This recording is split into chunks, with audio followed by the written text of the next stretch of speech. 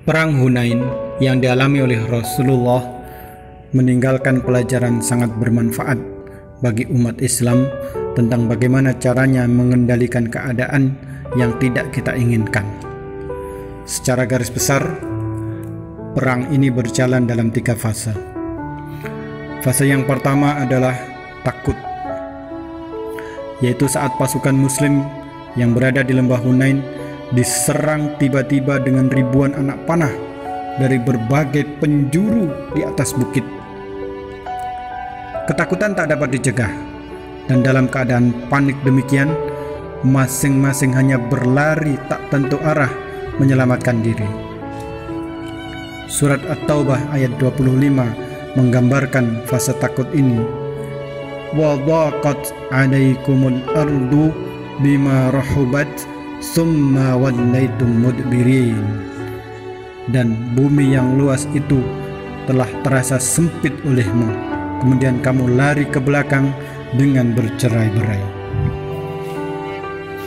Fase yang kedua adalah tenang. Tak ada yang dapat dilakukan jika mereka terus-menerus panik. Rasulullah Shallallahu Alaihi Wasallam mengetahui hal ini, maka beliau menenangkan diri sambil mempelajari suasana gawat yang baru saja terjadi. Tampak benar bahwa Rasulullah mengajarkan kita untuk tenang setelah takut. Inilah fase kedua, yaitu merasa tenang dan yakin bersama Allah. Ayat 26 dari surat yang sama melanjutkan kembali, Thumma anzalallahu sakinatahu ala rasulihi wa ala al-mu'minin. Kemudian Allah menurunkan ketenangan kepada Rasulnya dan kepada orang-orang yang beriman. Yang ketiga adalah fase tindakan.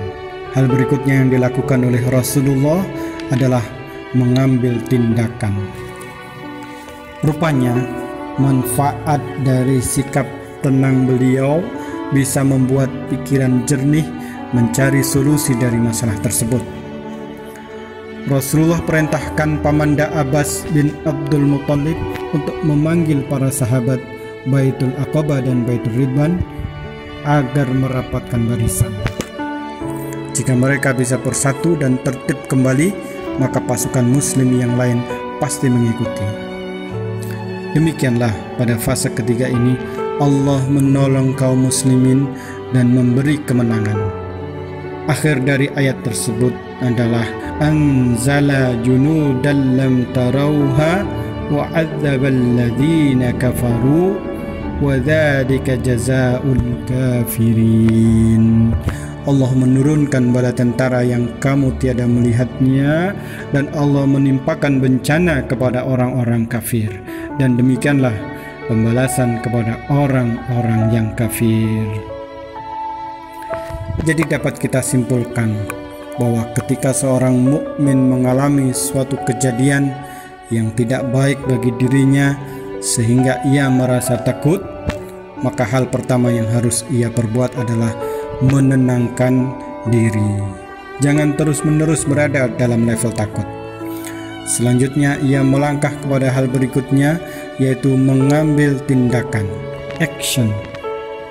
Jangan pula terus-menerus berada dalam level tenang, karena masalah itu ada supaya kita belajar bertindak.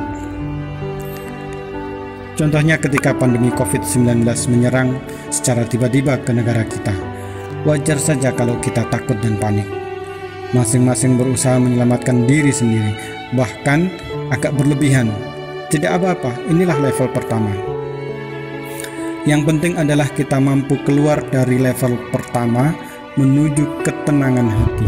Lihatlah, meski pandemi masih terus berjalan, bukan berarti kita tak bisa berbuat apa-apa. Jika pikiran tenang, kita bisa bersikap adil dan belajar lebih banyak. Yang paling penting lagi adalah kemampuan kita untuk naik kelas ke level berikutnya, yaitu level berani mengambil tindakan. Apa saja yang ternyata masih bisa kita berdayakan saat pandemi seperti ini. Maka mulailah segera. Hunain telah memberi pelajaran. Cukup ikuti langkahnya. Takut, tenang, tindakan. Insya Allah.